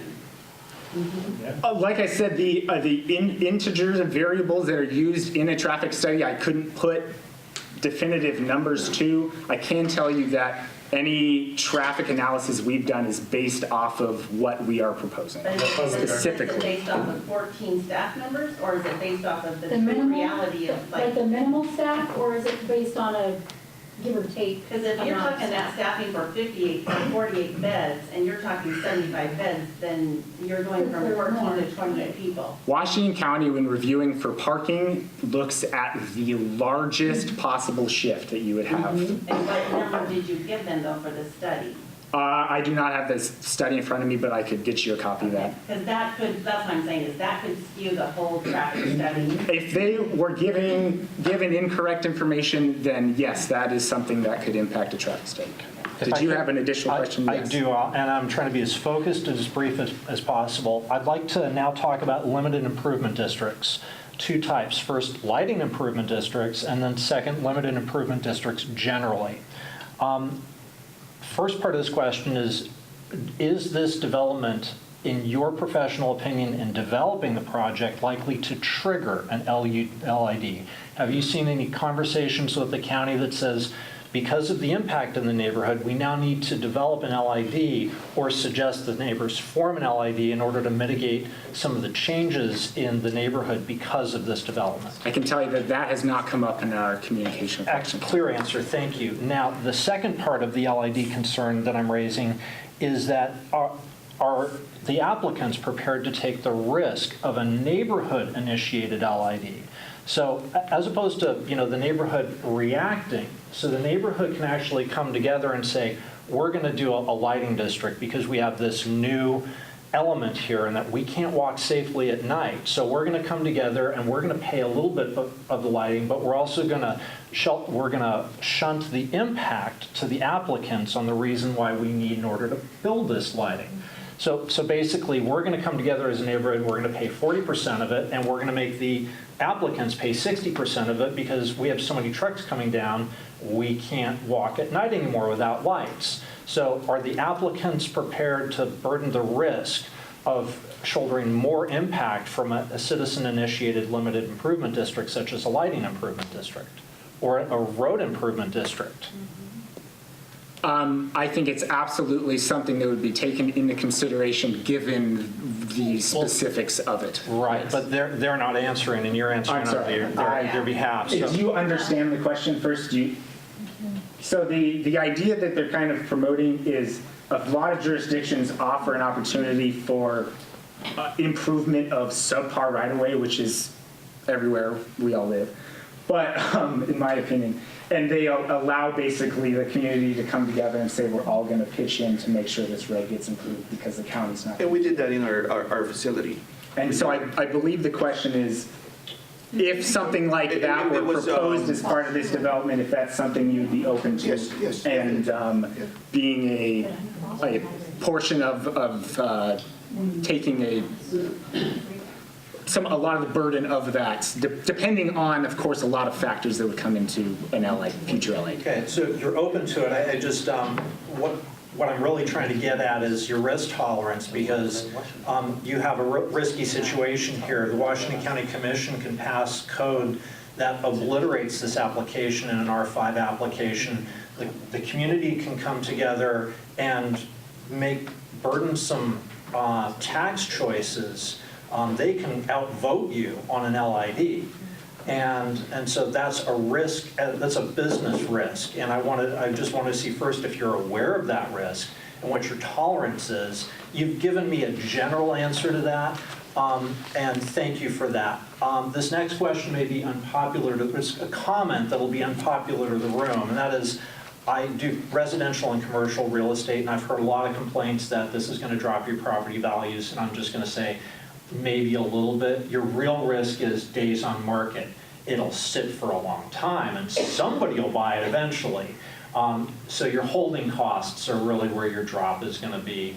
And I think that you as neighbors, or as neighbors now, if you own the place, need to know that. I'd like to close with a concern that I heard earlier on in the presentation.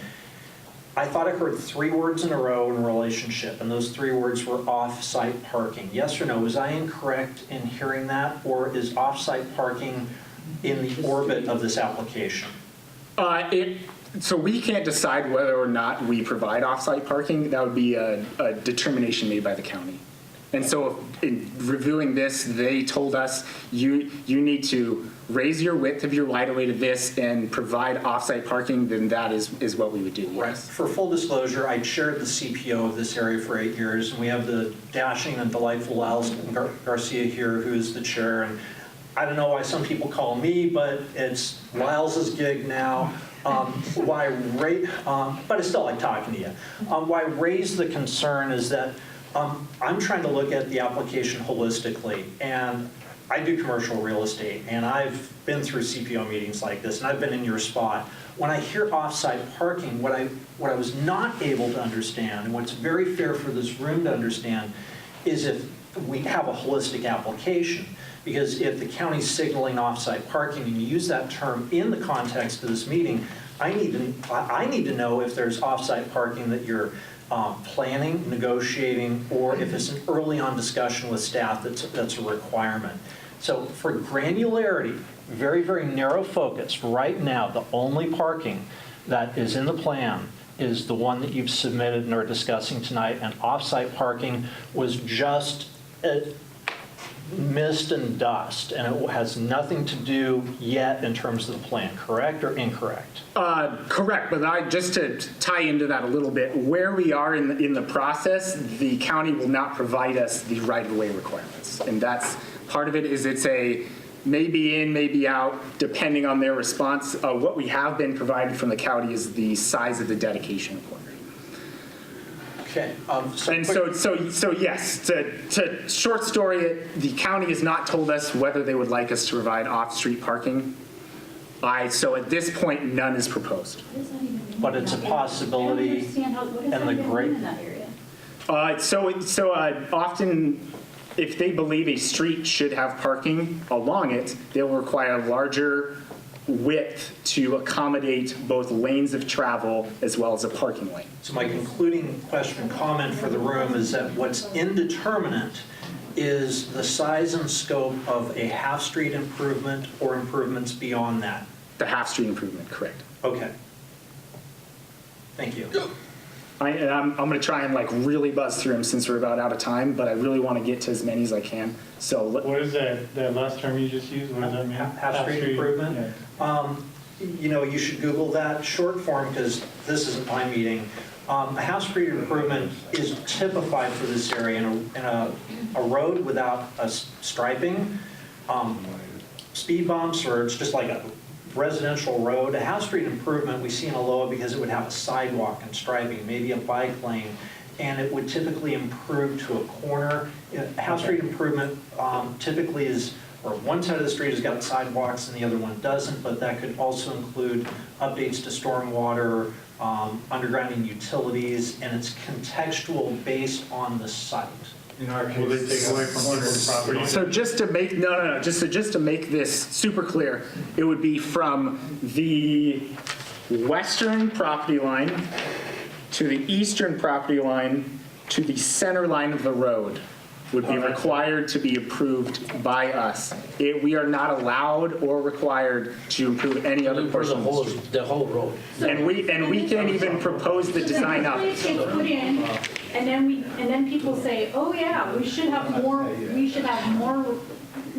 improvements all along here that match that because of the impact of traffic and because of more homes going in, because of all the different things going on around there. Yeah. But this facility that's bringing in more traffic than a residential would, then guess who bears the brunt of that? the homeowners. We lose property, we lose, without assessments made, So, our taxes go up. regardless on if you were to tear down, if this project never happened and you were to tear down your house and rebuild today, they would require the exact same requirements for I your totally road. understand that. Yeah, this is a different problem, This this is commercial different, that you're talking. yeah. So the way that Washington County designs their right-of-way standards is for the classification of the street, not the buildings that front it. They're just working within the rules and regulations. That's what I'm saying, but in the long term, it could affect Edgar? the homeowners financially. Where we are in the process?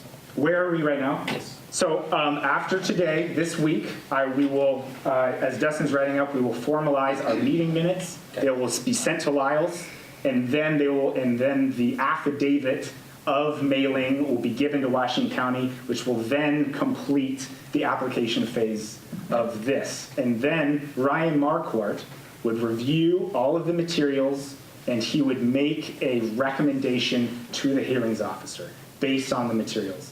That would then go to be scheduled a public hearing. There would be a mailed notice of the public hearing. I'm not sure the exact date range beforehand, but it's a few weeks. And then at the scheduled hearing, the hearings officer would review all the material, which include a presentation from the land use planner. Ryan Marquardt would present the project, and they do a very in-depth analysis of everything, all the materials, all the exhibits. They will lead a presentation, and then they will then open it up for the public to comment or to add evidence of fact. I'm sorry, yeah, really quick? Yeah, just a couple things. Please. First of all, we have a window of opportunity here to make a request to the owners about not doing this, and that's what we're requesting. I think as a group, we don't want you to do this, and there's so many other ways for you to make money with this thing without, doing this to our neighborhood. You can make money with single-family dwellings or putting in row houses or whatever. I mean, there's a lot of ways to make money that will be a lot less stressful, and you won't even have to have this meeting. That's the first thing. The other thing is that there's the mandatory neighborhood meeting and mailing requirement. Correct. Which you guys didn't quite fulfill.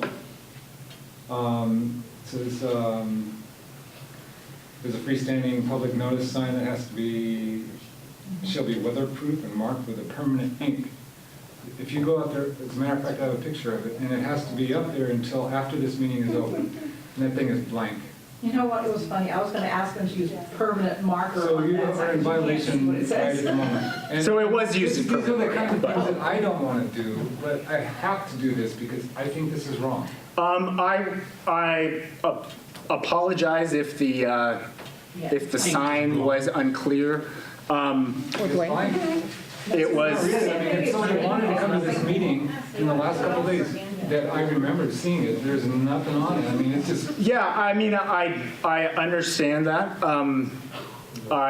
Feel free to bring it to the hearings officer. I'm bringing the issue to you right now. Yeah. You didn't fulfill the mandatory neighborhood meeting requirements for me.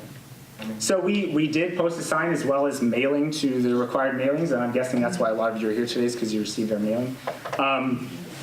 The intent of course, was to have as many people here as wanted to be there. I mean, there's not much I can do right now about a sign that the ink came off of. And it's definitely unfortunate. It's a requirement. It's mandatory. Yes, I do.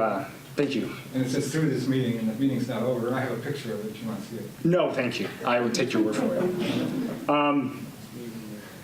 I'm sorry, was there a question?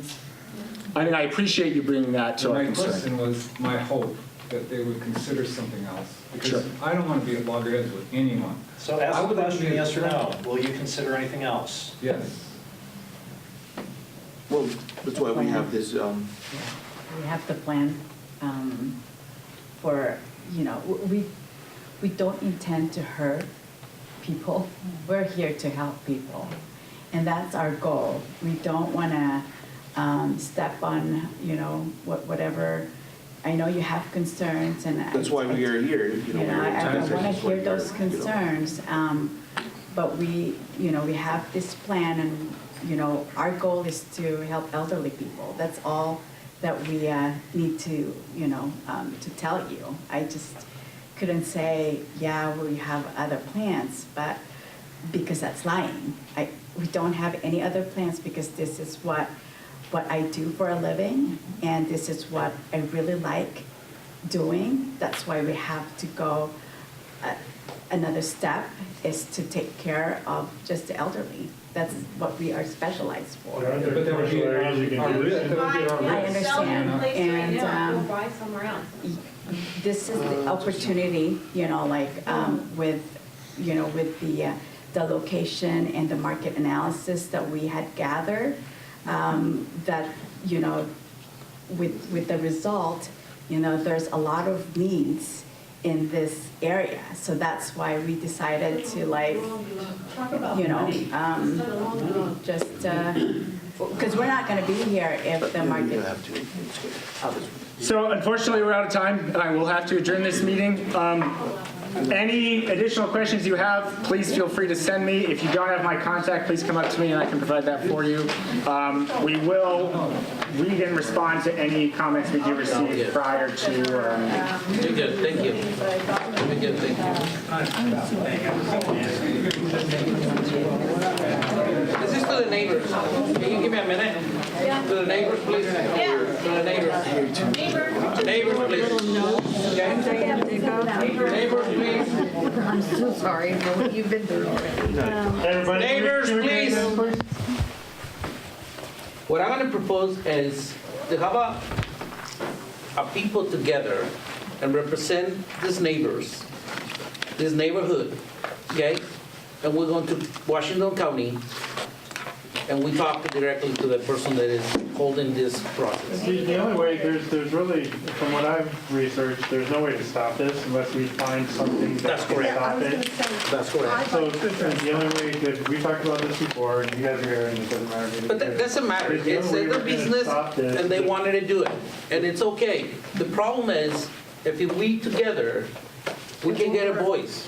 It doesn't This is matter if we what have a you voice. need.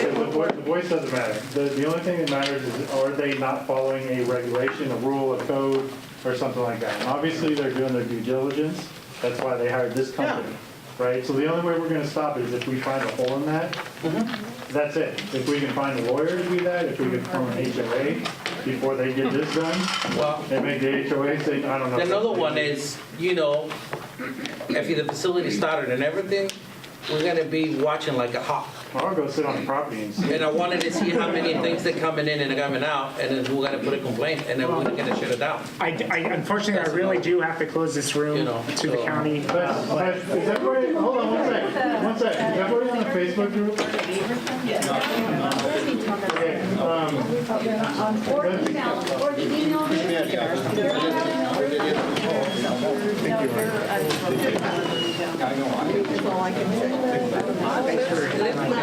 Pretty much they've made up their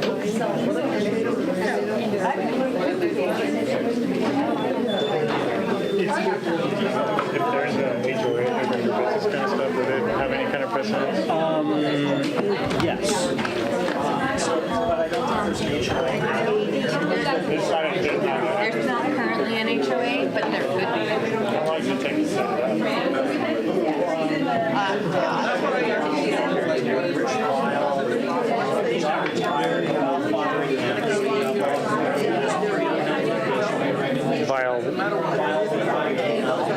Fotheringham, our best guess. Birchville used to be the House District Representative.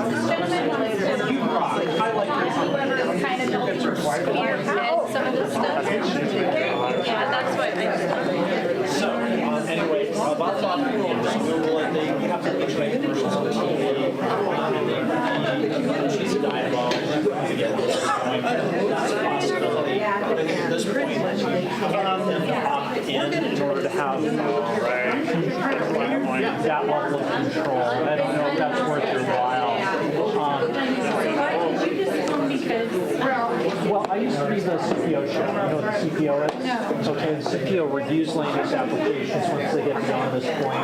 I'm interested, but I'm also in my neighborhood. Elizabeth's got my help, and I'm a geek when it comes to land use applications. Yeah. So I like to track. I just, it's really interesting.